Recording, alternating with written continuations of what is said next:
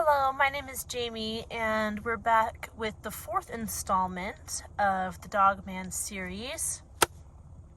We listen and we don't judge. Are you ready? Dogman and Cat Kid! This particular book does not have a cover because it is well loved. Well loved, let me tell you. And my boys even tried to tape it, but this is one of their favorites, so it has been read over and over and over and over again. And it is one of their favorites with good reason. I am reading the series for the first time by their request. And while the first three were cute, this one has been much better than the first three. It was deeper, and the storytelling, you can tell, is getting better as the series moves along, and I just really enjoyed it. It is simple enough for younger audiences to understand and have fun with and laugh at, but you can tell that more mature themes are being woven into the story so that if an adult happens to pick it up or screen it for their kid, they can appreciate the lessons that are being taught. So I do appreciate that. I want the books that my kids are reading to have substance, and this does have substance to it, along with a lot of laughs and just fun illustrations. Dogman and Cat Kid by Dave Pilkey. So we continue the story where the previous book left off. By the way, if you are watching these reviews, I hope that you have read the previous books. Otherwise, there might be minor spoilers here and there, just because we are talking about characters that aren't in the previous books, and we're talking about character developments that haven't happened yet in previous books. So just a fair warning for all of you, but little Petey was introduced in the previous book, A Tale of Two Kitties. So now we are telling more of his story and fleshing out his relationship with Petey, the main villain, and with Dogman. So little Petey is torn between wanting to be good and wanting the love of his papa, which is Petey. Petey wants him to follow in his footsteps and be a bad guy. But little Petey has a very strong moral conscience, and he does not want to be a bad guy.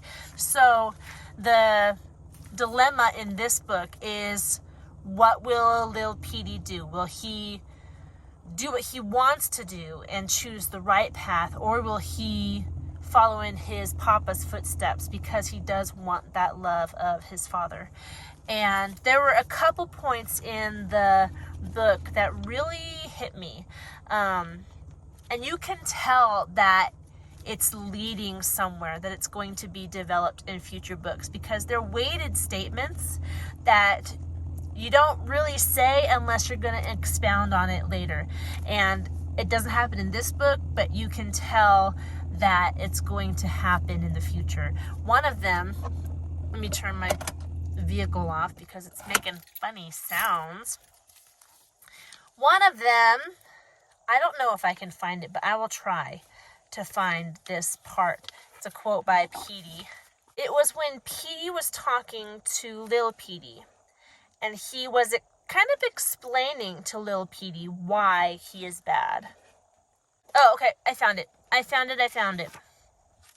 All right, so Petey has Yole Caprese hanging by this rope, okay? So there she is. Yole Caprese is, I'm sorry, I flip I flip the R just because that's how I hear Caprese. If you're in America, Yole Caprese, I can't do it without flipping the R, I'm sorry. This is Yole Caprese, and Petey has her dangling by a rope, and he tells Lil Petey to cut the rope. And Lil Petey is like, Papa, don't hurt her. Let's put her back. And here is where Petey tells Lil Petey why he's a supervillain. He says, The world is not a very nice place. It's rotten, it's unfair, it's horrible, and the only way to get ahead is to be even more rotten, more unfair, and more horrible. So that was just a brief statement in the middle of all this stuff that's going on. But when you hear him say that, all of a sudden the villain has a backstory that we haven't heard yet. When he says that, you're like, what? Why does he think that? And now you're wanting to see how that plays out in future books. At least personally, when I read that, that was what I was like, that is a weighted statement. And you could just brush it off and, read it as not being that big of deal and just keep on going with the books. But it just feels like there's more there, that there's more that's going to be fleshed out in the future. I think the big lesson that is taught in this book is your future is not determined by what everybody else decides your future is going to be. You determine your own future. You do not have to be who so-and-so says you have to be. You're the one who decides whether you're going to go down the good path or the evil path. That is not predetermined. That is something that you choose, and you don't have to be a good guy or a bad guy depending on how you came to be, where you come from. It is entirely your own decision, and it is not determined by your background or who happens to be your parents. So it's a pretty good lesson for a kid's book, especially since the first 3 books didn't really have a tangible lesson to them. They were a lot of fun. They were clean and good for kids, but there wasn't like a tangible lesson. I think this is the first book that had a hard and fast lesson that it was trying to teach. Let me show you some of the illustrations real quick. They're goofy. It's full of jokes. Like this guy, he keeps right here, he falls into the hole, or Dogman kicks him into the hole.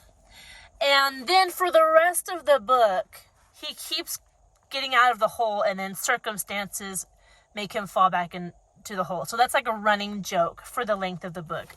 And it's funny when it pops up and happens. There's a joke where little Petey is constantly asking why. It happened in the previous book, A Tale of Two Kitties, and it happens again in this book. And then there's also this one character who is really dumb. I mean, she just is. She's stupid. And Petey always happens to find her. Like in the first book, there was this big old conversation about how much little Petey cost, and she was not getting it. And it was just a humorous conversation because Petey was trying to explain to her in terms that she would understand, and she kept just not getting it. And she appeared again in this book, which was funny. So you're seeing these running jokes that kind of weave their way through the series, and these characters that keep turning up. And it's funny because you remember them from previous books. So when they turn up again, you're like, oh my goodness, I know where this is going.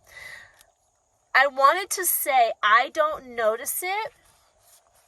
There's a 2-page illustration. But my kids tell me that the further you get in the Dogman series, the better the illustrations get. So they look the same to me, but maybe if I took this book and put it side to side with the first book, I could tell the difference. They said the best illustrations are in the last book, which I can believe that because there's like 8 or 10 books or something like that. So of course, if Dave Pilkey has been drawing all these characters for however many years, of course the last book is going to have the best illustrations. So there's that as well. This book is 253 pages long. The story actually ends on page 240. But the rest of the book, there's a couple pages that is like a preview for the next book that's coming up. And then there's a bunch of how to draw pages in the back. So the first one is how to draw the Bark Knight. And then we have, oh, that's a whole double page. Step for step. So my boys always found that very fun. Here's how to draw one of the villains. And just fun stuff like that in the back. Let me see real quick. This book was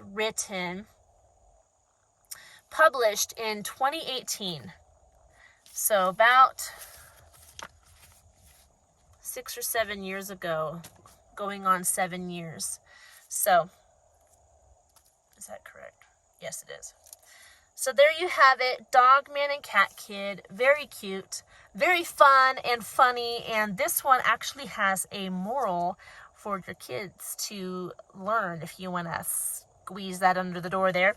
So I do recommend this one. I'm glad that I'm reading this series. The first 3 books for me was just like, oh, this is cute. I'm glad my boys like these comics. They're harmless and they're fun. But then when I read this book, I was like, oh, like it was pulling on my heartstrings.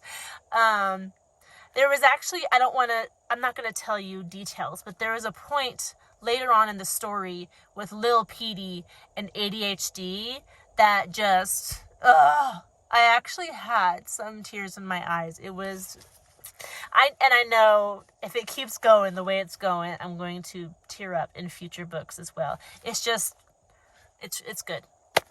I recommend for your kids. That's all I've got today for Dogman and Cat Kid. A fun little comic. If I didn't answer your question concerning this book, go ahead and leave it in the comment section and I will do my best to answer it. Like and subscribe if you want to see more content like this. And I hope you're doing well, and I'll talk to you in our next video. Goodbye.